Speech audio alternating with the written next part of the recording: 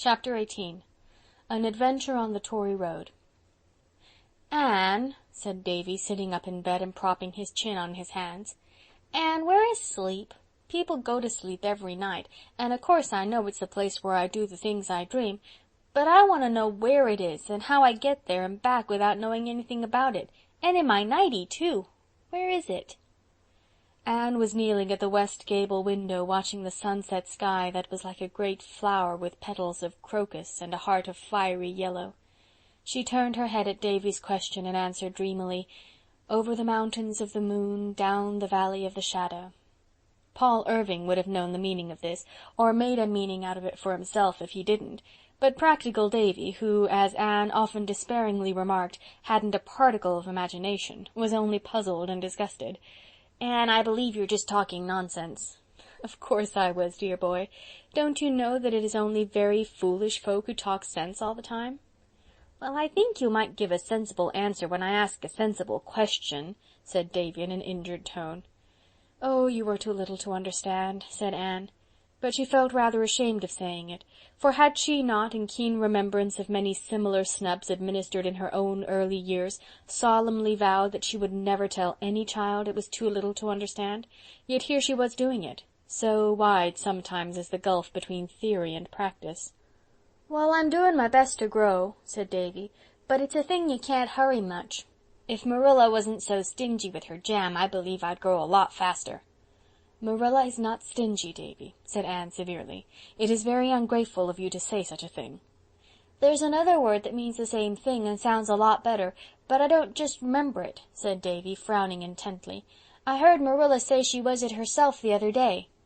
"If you mean economical, it's a very different thing from being stingy. It is an excellent trait in a person if she is economical. If Marilla had been stingy, she wouldn't have taken you and Dora when your mother died. Would you have liked to live with Mrs. Wiggins?" "You just bet I wouldn't." Davy was emphatic on that point. "Nor I don't want to go out to Uncle Richard neither.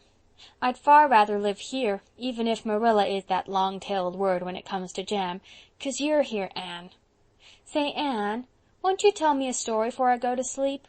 I don't want a fairy story. They're all right for girls, I s'pose, but I want something exciting, lots of killing and shooting in it, and a house on fire, and interesting things like that." Fortunately for Anne, Marilla called out at this moment from her room. "Anne, Diana's signaling at a great rate. You'd better see what she wants." Anne ran to the east gable and saw flashes of light coming through the twilight from Diana's window in groups of 5, which meant, according to their old childish code, "Come over at once, for I have something important to reveal." Anne threw her white shawl over her head and hastened through the haunted wood and across Mr. Bell's pasture corner to Orchard Slope. "I've good news for you, Anne," said Diana. "Mother and I have just got home from Carmody, and I saw Mary Sentner from Spencervale in Mr. Blair's store. She says the old Copp girls on the Tory Road have a willow-ware platter, and she thinks it's exactly like the one we had at the supper. She says they'll likely sell it, for Martha Copp has never been known to keep anything she could sell, but if they won't, there's a platter at Wesley Keeson's in Spencervale, and she knows they'd sell it, but she isn't sure it's just the same kind as Aunt Josephine's." "I'll go right over to Spencervale after it tomorrow," said Anne resolutely, "and you must come with me. It will be such a weight off my mind, for I have to go to town day after tomorrow, and how can I face your Aunt Josephine without a willow-ware platter? It would be even worse than the time I had to confess about jumping on the spare-room bed." Both girls laughed over the old memory, concerning which, if any of my readers are ignorant and curious, I must refer them to Anne's earlier history. The next afternoon the girls fared forth on their platter hunting expedition. It was 10 miles to Spencervale, and the day was not especially pleasant for traveling. It was very warm and windless, and the dust on the road was such as might have been expected after 6 weeks of dry weather. "Oh, I do wish it would rain soon," sighed Anne. "Everything is so parched up. The poor fields just seem pitiful to me, and the trees seem to be stretching out their hands pleading for rain. As for my garden, it hurts me every time I go into it. I suppose I shouldn't complain about a garden when the farmer's crops are suffering so. Mr. Harrison says his pastures are so scorched up that his poor cows can hardly get a bite to eat, and he feels guilty of cruelty to animals every time he meets their eyes." After a wearisome drive the girls reached Spencervale and turned down the Tory Road, a green solitary highway where the strips of grass between the wheel tracks bore evidence to lack of travel. Along most of its extent it was lined with thick-set young spruces crowding down to the roadway, with here and there a break where the back field of a Spencervale farm came out to the fence, or an expanse of stumps was aflame with fireweed and goldenrod. "Why is it called the Tory road?" asked Anne. "Mr. Allen says it is on the principle of calling a place a grove because there are no trees in it," said Diana, "for nobody lives along the road except the Copp girls and old Martin Boyver at the further end, who is a Liberal. The Tory government ran the road through when they were in power just to show they were doing something."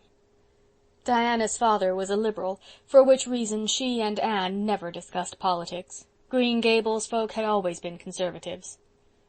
Finally the girls came to the old Copp homestead, a place of such exceeding external neatness that even Green Gables would have suffered by contrast. The house was a very old-fashioned one, situated on a slope, which fact had necessitated the building of a stone basement under one end. The house and outbuildings were all whitewashed to a condition of blinding perfection, and not a weed was visible in the prim kitchen garden surrounded by its white paling. "The shades are all down," said Diana ruefully. "I believe that nobody is home." This proved to be the case. The girls looked at each other in perplexity. "I don't know what to do," said Anne. "If I were sure the platter was the right kind, I would not mind waiting until they came home. But if it isn't, it may be too late to go to Wesley Keyson's afterwards." Diana looked at a certain little square window over the basement. "That is the pantry window, I feel sure," she said, "because this house is just like Uncle Charles's at Newbridge, and that is their pantry window. The shade isn't down, so if we climbed up on the roof of that little house we could look into the pantry and might be able to see the platter. Do you think it would be any harm?" "No, I don't think so," decided Anne after due reflection, "since our motive is not idle curiosity." This important point of ethics being settled, Anne prepared to mount the aforesaid little house, a construction of laths with a peaked roof, which had in times past served as a habitation for ducks. The Copp girls had given up keeping ducks, because they were such untidy birds, and the house had not been in use for some years, save as an abode of correction for setting hens. Although scrupulously whitewashed, it had become somewhat shaky, and Anne felt rather dubious as she scrambled up from the vantage point of a keg placed on a box. "I'm afraid it won't bear my weight," she said as she gingerly stepped on the roof.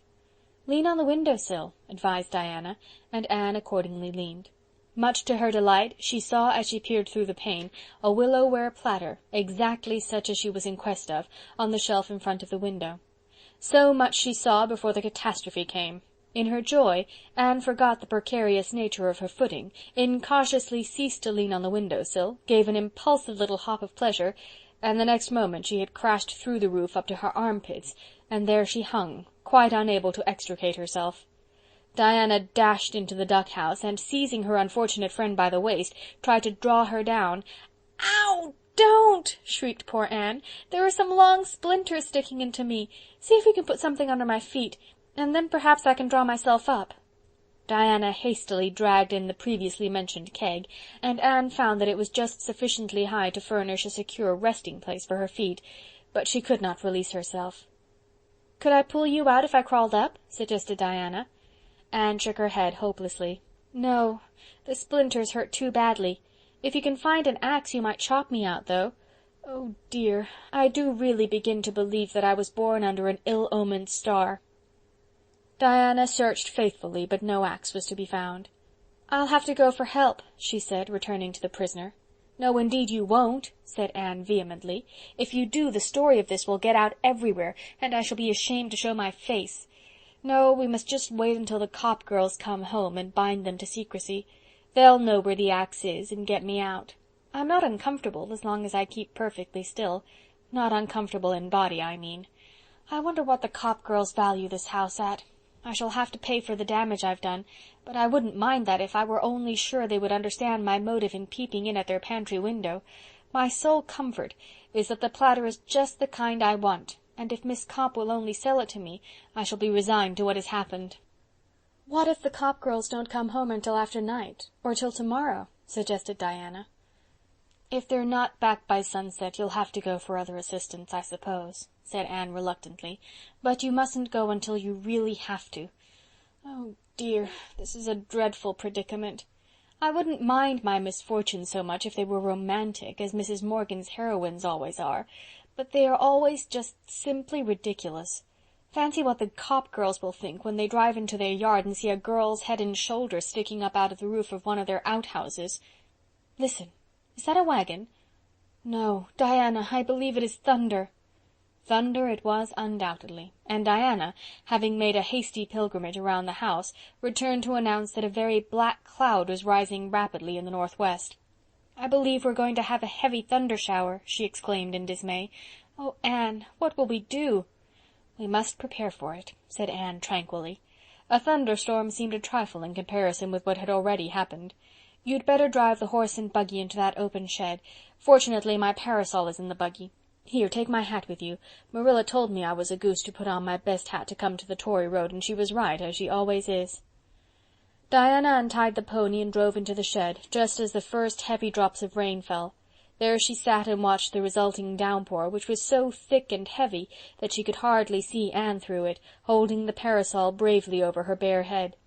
There was not a great deal of thunder, but for the best part of an hour the rain came merrily down.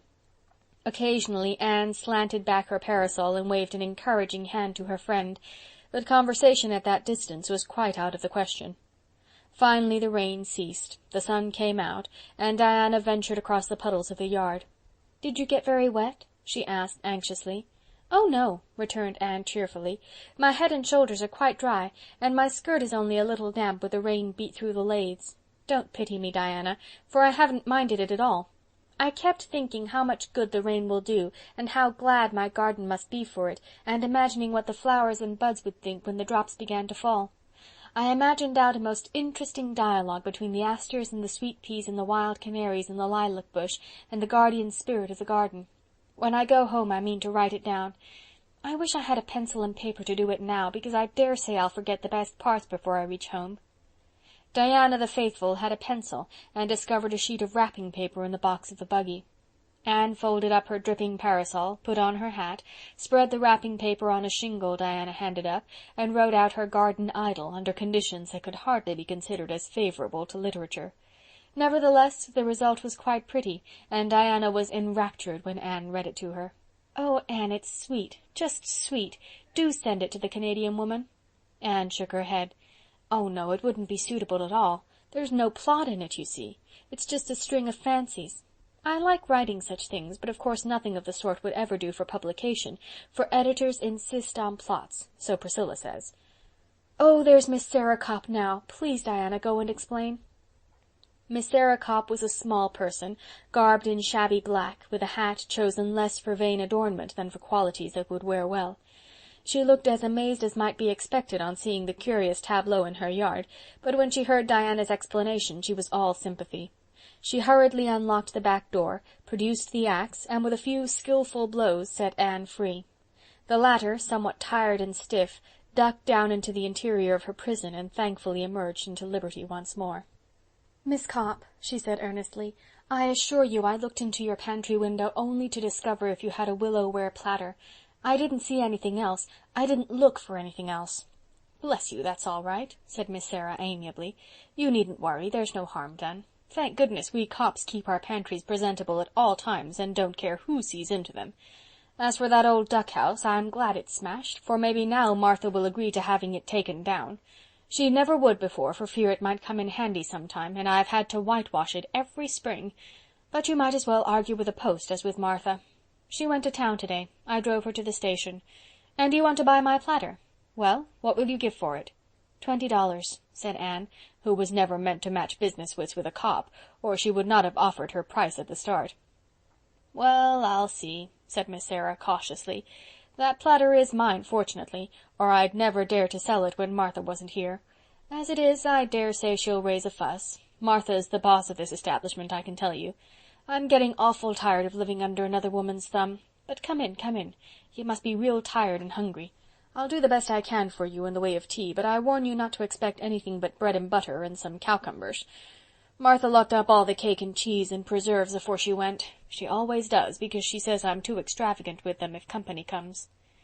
The girls were hungry enough to do justice to any fare, and they enjoyed Miss Sarah's excellent bread and butter and cowcumbers thoroughly.